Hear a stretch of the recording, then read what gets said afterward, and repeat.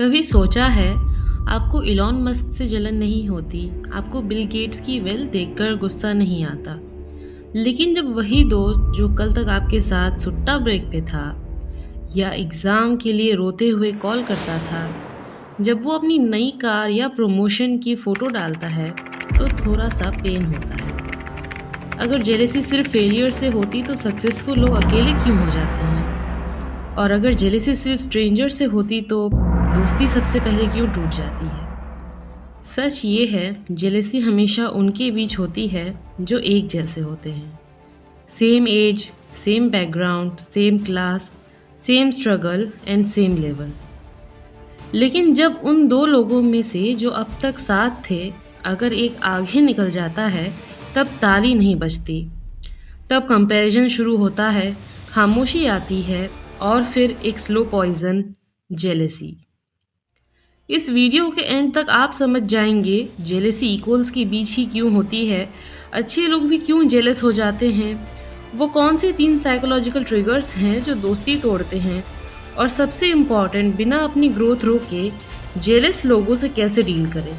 Stay tuned, क्योंकि आज आपके दिमाग का एक ऐसा स्विच खुलने वाला है जो आपकी पूरी लाइफ चेंज कर देगा।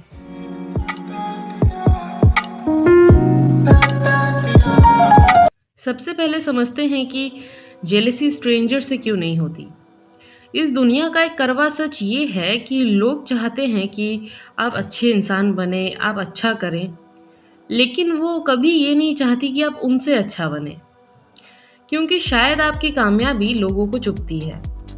असल में ब्रेन हमसे या हमेशा उन लोगों से कंपेयर करता है जो अचीवेबल लगते हैं, और साइकोलॉजिस्ट लियोन फेस्टिंजर इस टर्म को सोशल कंपैरिजन थ्योरी कहते हैं, जिसके मुताबिक हम उन्हीं लोगों से कंपेयर करते हैं जो हम जैसे हो या जिनसे हम compete कर सकते हो और जो हमारा मिरर होते हैं। इसलिए जेलेसी ऊपर नहीं, साइड में देखकर होती है। इसे कहानी की मदद से समझते हैं। अर्जुन, क्लास का वो लड़का जो सबके साथ पार्टी करता था, चिल करता था, लेकिन पिछले 6 महीने से उसने मेहनत की, अपनी हेल्थ बनाई और पास आउट होकर अपना एक नया बिजनेस सेटअप किया। उसकी सक्सेस पर उसके दोस्तों ने पार्टी तो दी, लेकिन पार्टी में मजाक अर्जुन का उड़ रहा था। लोग कह रहे थे, बड़ा आदमी बन गया है, हम गरीबों को भूल गया है, भाई की किस्मत तेज है। अर्जुन ये सब सुनकर मायूस तो हो ही रहा था, लेकिन उसको ऐसा महसूस हो रहा था जैसे कि उसने कुछ गलत कर दिया है। पार्टी की खुशी फील करने के बजाय वो इस सोच में पड़ जाता है कि इस पार्टी ने उसे क्या रियलाइज़ करवाया। हज़ारों सवाल उसके दिमाग में दौड़ने लगते हैं। इस पार्टी के बाद उसे थोड़ा हर्ट तो फील होता है, लेकिन शायद उसकी आंखें भी खुल जाती हैं। उसने देखा कि लोग उसकी कामयाबी के पीछे उसकी मेहनत को प्रेज़ करने के बजाय उसके लक को प्रेज़ कर रहे हैं, और यही जेलेसी का सबसे पोलाइट फॉर्म है। इस तरह की जेलेसी अपनों के बीच होने का सबसे बड़ा कारण है स्टार्टिंग लाइन का सेम होना। यानी एक ही स्टार्टिंग लाइन होते हुए भी जब कोई टर्टल रेस जीत जाए तो रैबिट का जेलस होना तो नॉर्मल है। जेलेसी एक सर्वाइवल इमोशन होती है, जिसमें रिसर्च के अकॉर्डिंग एमिगडाला एक्टिवेट हो जाता है, ब्रेन थ्रेट फील करता है, ईगो डिफेंसिव हो जाता है, और ब्रेन को लगता है कि अगर वो आगे गया तो मैं पीछे रह जाऊंगा। पर लोगों की जेलेसी ने जिस तरह अर्जुन को हर्ट किया, वो उसके लिए बिल्कुल नया था, जिसे अर्जुन ने शायद कभी एक्सपेक्ट नहीं किया था। यानी स्ट्रेंजर्स जेलस हो तो फर्क नहीं पड़ता, पर क्लोज फ्रेंड्स या क्लोज पर्सन के जेलस होने से ट्रस्ट टूट जाता है और ज़्यादा हर्ट होता है, क्योंकि एक्सपेक्टेशंस टूटने पर पेन डबल हो जाता है।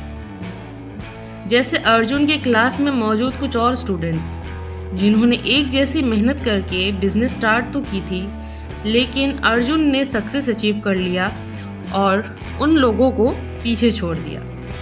यही कारण है कि कुछ अच्छे लोग भी इसी टॉक्सिक ह्यूमन रिस्पॉन्स यानी जेलेसी के शिकार हो जाते हैं। अच्छे लोगों की जलन असल में उनकी इनसिक्योरिटी वाली फीलिंग से आती है। मे बी उन्हें ये लगता हो कि अगर आप आगे निकल गए तो आप उन्हें भूल जाएंगे। ऐसे लोगों को अपने सोशल सर्कल में अपना फेम कम होने का भी खतरा लगता है। लेकिन क्या आप जानते हैं कि जेलेसी रैंडम होती है, बल्कि 3 साइकोलॉजिकल ट्रिगर्स होते हैं जो इसे एक्टिवेट करते हैं। सबसे पहला ट्रिगर है सेम स्टार्टिंग पॉइंट। जिस तरह अर्जुन के कंडीशन में उसकी क्लास के सारे स्टूडेंट्स जिन्होंने पास आउट होकर बिजनेस तो स्टार्ट की थी एक ही साथ, लेकिन अर्जुन उसमें लीड करता है। अर्जुन की बिजनेस सक्सेसफुल होती है और यही रीज़न होता है कि उसके फ्रेंड्स उससे जेलस होते हैं।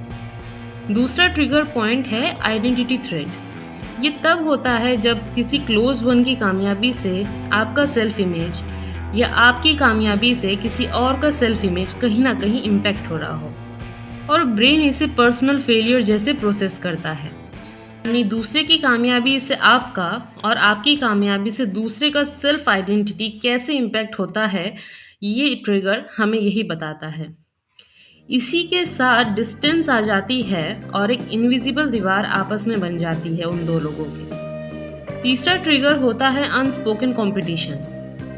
अनस्पोकन कंपटीशन जहां कैजुअल बातचीत के बीच लोगों के अंदर ही एक कंपटीशन चल रहा होता है, जहां कोई खुद को दूसरे से बेहतर मानते हैं और दूसरा अगर आगे चले जाए तो ईगो कहता है ये तो फेयर नहीं था। जेलेसी को डील करने के लिए बैलेंस्ड कॉन्फिडेंस का होना बहुत ज़रूरी है। जलने वाले इंसान को अपनी जेलेसी रिकॉग्नाइज करनी आनी चाहिए और ये सोचना चाहिए कि जो आगे निकल गए हैं उनके लिए जिस तरह कामयाबी का दरवाज़ा खुला था, उसी तरह उनके लिए भी कामयाबी का दरवाज़ा खुला है। उनको अपनी अपॉर्चुनिटीज़ को स्क्रैच करना आना चाहिए। और वो लोग जो ऑलरेडी कामयाबी के रास्ते में आगे निकल गए हैं, उन्हें अपनी कामयाबी को ओवर एक्सप्लेन करने की ज़रूरत नहीं है। अर्जुन की तरह खुद को गलत समझने के बजाय ये समझें कि आप ग्रो कर रहे हैं और जैसे जैसे आप आगे बढ़ते जाएंगे, ग्रो करते जाएंगे, कुछ लोग पीछे छूटते जाएंगे। क्योंकि ग्रोथ हमेशा खामोशी के साथ आती है, तो ओवर एक्सप्लेनेशन ना देकर बाउंड्रीज सेट करिए। क्योंकि कामयाबी अकेले आती है और अकेले आने वाली कामयाबी ही आपके लिए सही है। आपका काम सिर्फ ग्रो करना है और जो साथ चलना चाहेगा वो खुद पेस मैच करेगा।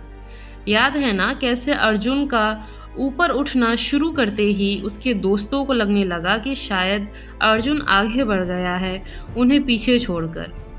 और ये जलन दरअसल एक डर है, डर अकेले रह जाने का। इसलिए वो ताने मारकर अर्जुन को वापस अपने ग्रुप में खींचना चाहते थे। इसलिए याद रखिए, बुरा इंसान वो है जो जलन में दूसरे का नुकसान करे और अच्छा इंसान वो है जो जलन को इग्नोर करने के बजाय उससे सीखे कि मुझे अब कहाँ काम करना है। अगर आज की वीडियो ने आपको थोड़ा सा भी रिफ्लेक्ट करने पे मजबूर किया तो वो सब्सक्राइब का बटन दबा दीजिए, जिससे मुझे और भी ऐसे ही कंटेंट बनाने की प्रेरणा मिले। मिलते हैं नेक्स्ट वीडियो में, तब तक के लिए कीप ग्रोइंग, कीप ग्लोइंग।